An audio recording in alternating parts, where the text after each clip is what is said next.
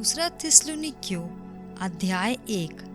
पौलुस और सिलवानुस और तीमुथियुस की ओर से थिस्सलुनीकियों की कलीसिया के नाम, जो हमारे पिता परमेश्वर और प्रभु यीशु मसीह में हैं, हमारे पिता परमेश्वर और प्रभु यीशु मसीह की ओर से तुम्हें अनुग्रह और शांति मिलती रहे। हे भाइयों, तुम्हारे विषय में हमें हर समय परमेश्वर का धन्यवाद करना चाहिए, और यह उचित भी है, इसलिए कि तुम्हारा विश्वास बहुत बढ़ता जाता है और तुम सबका प्रेम आपस में बहुत ही बढ़ता जाता है, यहाँ तक कि हम आप परमेश्वर की कलीसिया में तुम्हारे विषय में घमंड करते हैं कि जितने उपद्रव और क्लेश तुम सहते हो, उन सब में तुम्हारा धीरज और विश्वास प्रकट होता है। यह परमेश्वर के सच्चे न्याय का स्पष्ट प्रमाण है कि तुम परमेश्वर के राज्य के योग्य ठहरो, जिसके लिए तुम दुख भी उठाते हो, क्योंकि परमेश्वर के निकट यह न्याय है कि जो तुम्हें क्लेश देते हैं उन्हें बदले में क्लेश दे, और तुम्हें जो क्लेश पाते हो हमारे साथ चैन दे। उस समय जबकि प्रभु यीशु अपने सामर्थी दूतों के साथ धधकती हुई आग में स्वर्ग से प्रकट होगा, और जो परमेश्वर को नहीं पहचानते और हमारे प्रभु यीशु के सुसमाचार को नहीं मानते, उनसे पलटा लेगा।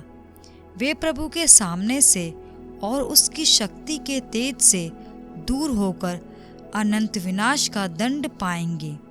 यह उस दिन होगा जब वह अपने पवित्र लोगों में महिमा पाने और सब विश्वास करने वालों में आश्चर्य का कारण होने को आएगा, क्योंकि तुमने हमारी गवाही पर विश्वास किया। इसलिए हम सदा तुम्हारे लिए प्रार्थना भी करते हैं कि हमारा परमेश्वर तुम्हें इस बुलाहट के योग्य समझे और भलाई की हर एक इच्छा और परमेश्वर के हर एक काम को सामर्थ्य सहित पूरा करे, ताकि हमारे परमेश्वर और प्रभु यीशु मसीह के अनुग्रह के अनुसार हमारे प्रभु यीशु का नाम तुम में महिमा पाए और तुम उसमें। दूसरा थिस्सलुनीकियों अध्याय 2।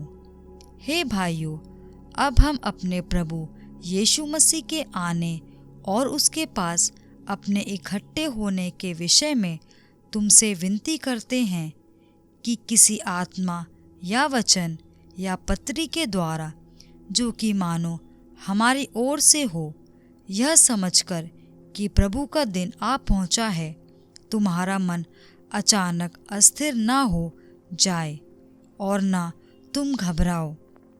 किसी रीति से किसी के धोखे में न आना, क्योंकि वह दिन न आएगा जब तक धर्म का त्याग न हो ले और वह पाप का पुरुष अर्थात विनाश का पुत्र प्रकट न हो, जो विरोध करता है और हर एक से जो ईश्वर या पूज्य कहलाता है अपने आप को बड़ा ठहराता है, यहाँ तक कि वह परमेश्वर के मंदिर में बैठकर अपने आप को ईश्वर ठहराता है। क्या तुम्हें स्मरण नहीं कि जब मैं तुम्हारे यहाँ था तो तुमसे ये बातें कहा करता था? तुम उस वस्तु को जानते हो जो उसे अभी रोक रहा है कि वह अपने ही समय में प्रकट हो, क्योंकि अधर्म का भेद अब भी कार्य करता जाता है, पर अभी एक रोकने वाला है, और जब तक वह दूर न हो जाए वह रोके रहेगा। तब वह अधर्मी प्रकट होगा, जिसे प्रभु यीशु अपने मुंह की फूंक से मार डालेगा और अपने आगमन के तेज से भस्म करेगा।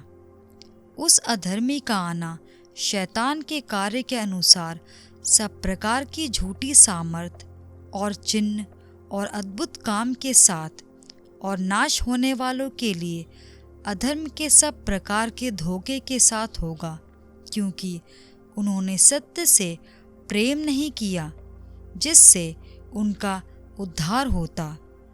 इसी कारण परमेश्वर उनमें एक भटका देने वाली सामर्थ को भेजेगा कि वे झूठ की प्रतीति करें, ताकि जितने लोग सत्य की प्रतीति नहीं करते वरन अधर्म से प्रसन्न होते हैं, वे सब दंड पाएं। हे भाइयों और प्रभु के प्रिय लोगों, चाहिए कि हम तुम्हारे विषय में सदा परमेश्वर का धन्यवाद करते रहें, क्योंकि परमेश्वर ने आदि से तुम्हें चुन लिया कि आत्मा के द्वारा पवित्र बनकर और सत्य की प्रतीति करके उद्धार पाओ, जिसके लिए उसने तुम्हें हमारे सुसमाचार के द्वारा बुलाया कि तुम हमारे प्रभु यीशु मसीह की महिमा को प्राप्त करो। इसलिए हे भाइयों, स्थिर रहो और जो बातें तुमने चाहे वचन या पत्री के द्वारा हमसे सीखी हैं, उन्हें थामे रहो। हमारा प्रभु यीशु मसीह आप ही और हमारा पिता परमेश्वर, जिसने हमसे प्रेम रखा और अनुग्रह से अनंत शांति और उत्तम आशा दी है, तुम्हारे मनों में शांति दे और तुम्हें हर एक अच्छे काम और वचन में दृढ़ करे। दूसरा थिस्सलुनीकियों अध्याय 3। अंत में हे भाइयों, हमारे लिए प्रार्थना किया करो कि प्रभु का वचन ऐसा शीघ्र फैले और महिमा पाए जैसा तुम में हुआ, और हम टेढ़े और दुष्ट मनुष्यों से बचे रहें, क्योंकि हर एक में विश्वास नहीं, परंतु प्रभु सच्चा है, वह तुम्हें दृढ़ता से स्थिर करेगा और उस दुष्ट से सुरक्षित रखेगा।